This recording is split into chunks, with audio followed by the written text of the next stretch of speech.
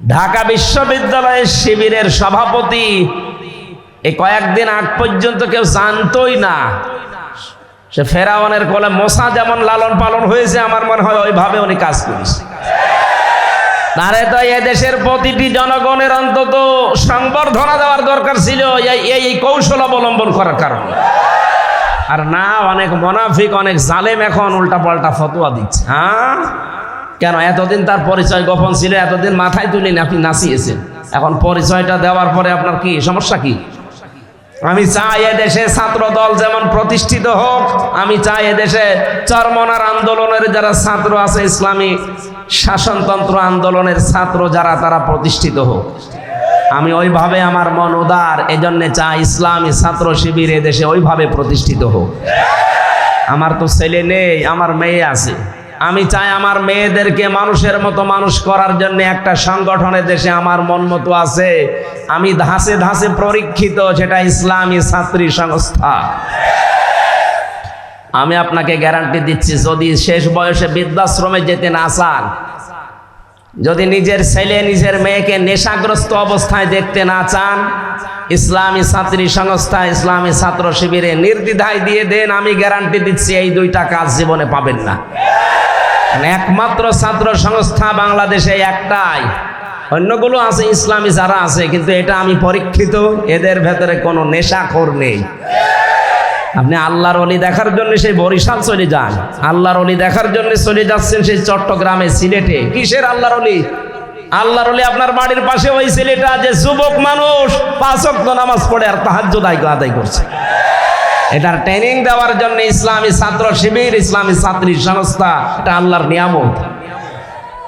আমি আবার বলছি, ছেলে আল্লাহ আমাকে দেয়নি, দুইটাই মেয়ে, এই দুইটাকে এরকম জায়গায় ভর্তি করে দেব। আমার জীবনের কোনো চিন্তা থাকবে না যে তাদের নিয়ে, কারণ ওইভাবেই তারা ধাসে ধাসে গড়ে তুলবে। 5 ওয়াক্ত নামাজ পড়লে রিপোর্ট লেখা লাগে যে আমি 5 ওয়াক্ত নামাজ পড়েছি।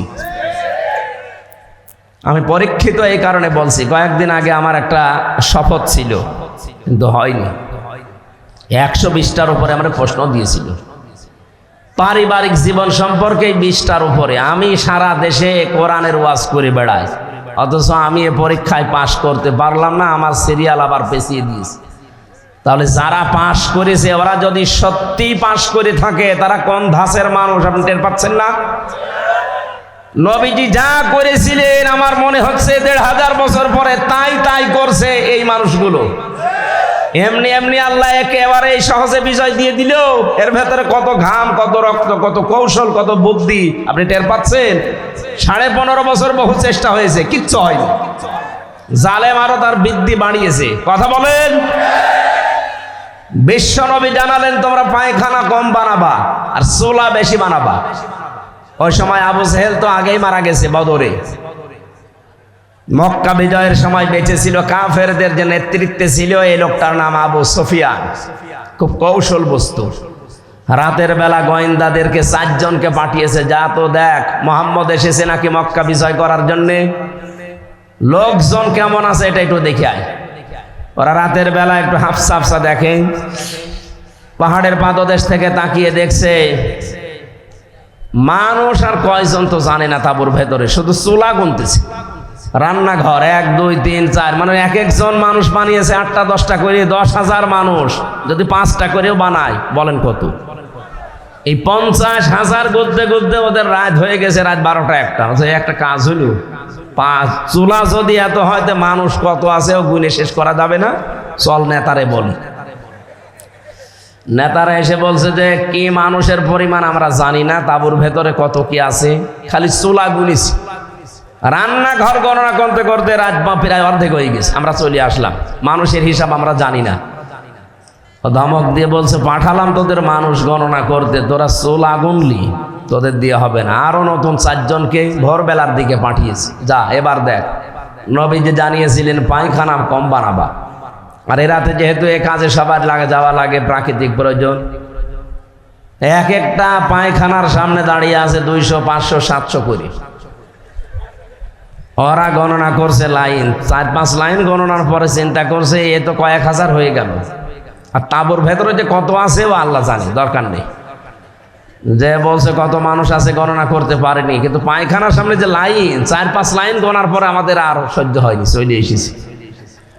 গণনা করতে পাঠালাম কি আর তোরা গণলি কি, তোদের দিয়ে হবে না, আমি নিজে একা যাব। সকালবেলা গেছি, রোদ পড়ছে যখন চিকচিক করে তরবারির উপরে 10,000 মানুষ দাঁড়িয়ে আছে সকালবেলা। হযরতে আব্বাস রাদিয়াল্লাহু তাআলা আনহু আসছিলেন এই দৃশ্য দেখার জন্য।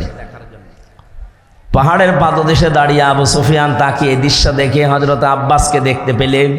বললেন, আব্বাস, মনে হচ্ছে তোমার ভাইয়ের ছেলে ভাতিজা আজ বিশাল বাদশা হয়ে গেছে। তার মশান কি 1000 মানুষ নিয়ে।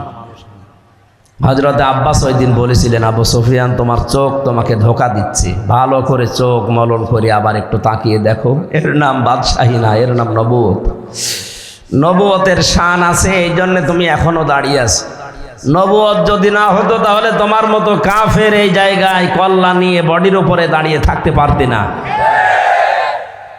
আগস্টের 5-এর পরে যারা ইসলাম বসেন না তারা কিন্তু উল্টাপাল্টা শুরু করেছিলেন, কিন্তু সত্যিই যারা ইসলাম বসে 152 জনের ভেতরে 108 জন যারা তাকান তো, তারাও ঠিক এইটাই কায়েম করেছে। তারা দেখিয়েছে কিন্তু একটাকেও আঘাত করে নাই। শেষ পর্যন্ত লোকটা মুসলমান হয়ে গিয়েছিল। চিন্তা করেছেন কোথায়? শত্রুদের ঘরে আশ্রয় নিলে বলেছিলেন মাফ করে দিবা। এত বড় কঠোর এবং প্রকাশ্য শত্রু ছিল আবু সুফিয়ান। আমার তো মনে হচ্ছিল 5 তারিখের পর থেকে অন্য কিছু মনে হয় আমাদের দ্বারা হবে, কারণ আমার নিজেরও রাগ ছিল। 3টা বছর বিনা কারণে ওরা যা কষ্ট দিয়েছে আমারে।